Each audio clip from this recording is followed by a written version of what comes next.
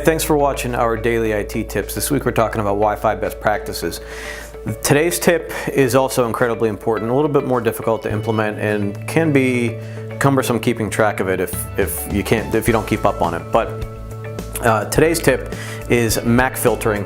And a MAC address is the physical address of a network device, and it's generally in this sort of format where you have like a bunch of letters, numbers, and it goes through. There's a total of 10 digits, and each device is supposed to have its own MAC address. And what you can do is, if you saw yesterday's where we had the different segments, on the internal one, the one that we do for internal devices, we create a list of the MAC addresses for each physical device out there. So a printer is going to have this MAC address, a laptop, a computer, anything that's connected to the network is going to have one of these MAC addresses. So we create a list of all those MAC addresses, and then we only allow access to the network to devices with MAC addresses that we approve of.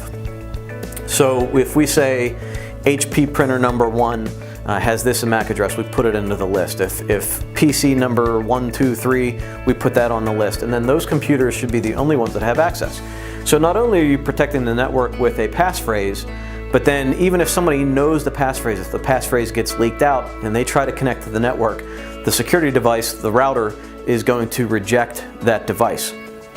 And then if you have someone say a device got stolen and it's out there in public and somebody has access to all of the information, say there wasn't a password on the computer or whatever might happen, then you don't have to change the passphrase immediately for the entire network. You still want to do that as a precaution, but you just delete that MAC address from the list of approved devices, and they can't get onto the network anymore. So tip number 4, have a MAC address list. You can keep it on an Excel spreadsheet. It's easy to do by putting the name of the device, maybe the model number, or how you want to quick reference it, and then its MAC address. And that MAC address will never change unless you change the network card or the Wi-Fi card in there. And add them to the list of approved devices in your access point. And if they ever need to be removed, they get removed and they can't get onto the network anymore.